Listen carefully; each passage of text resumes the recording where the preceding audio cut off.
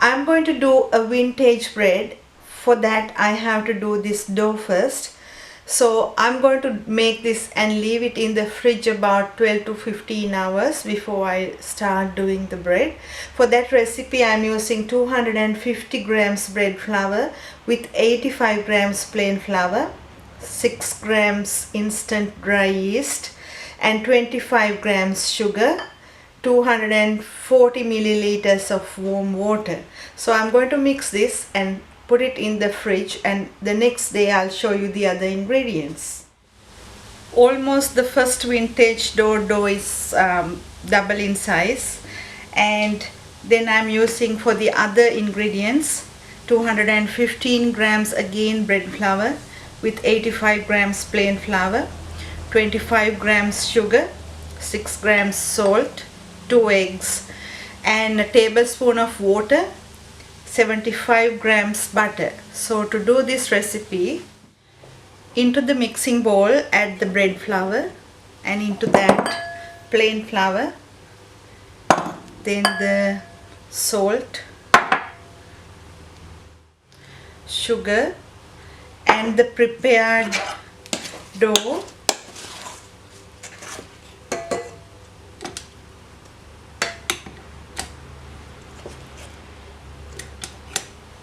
and the egg, and start mixing this about 5 minutes.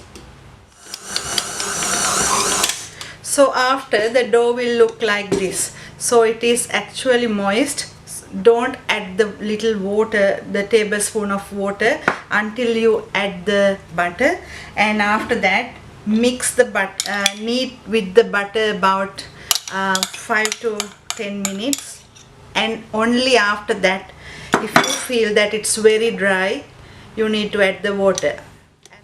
As I can see, I think I don't need any water to add in here. That will depend on the size of the egg that you are using. If you are using small eggs, you will need to add a bit more water, but if you are using large eggs, you don't need to add any. So keep on kneading this about 20 minutes and put that in a greased bowl to double in size.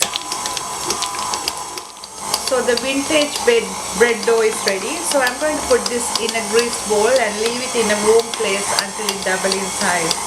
So the dough is ready for the vintage bread, and put some flour onto the bench, and onto that add the dough.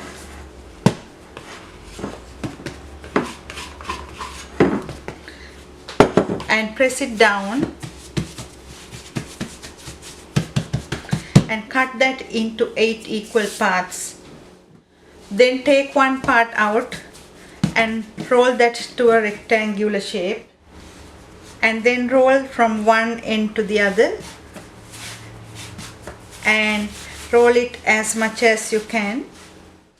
After rolling the dough, take both ends together and just overlap each other like this, and roll it again, twisting like this, and make a circle and just put a knot and take the ends and put the ends into the middle and put them touching each other on a baking tray, again about 40 minutes.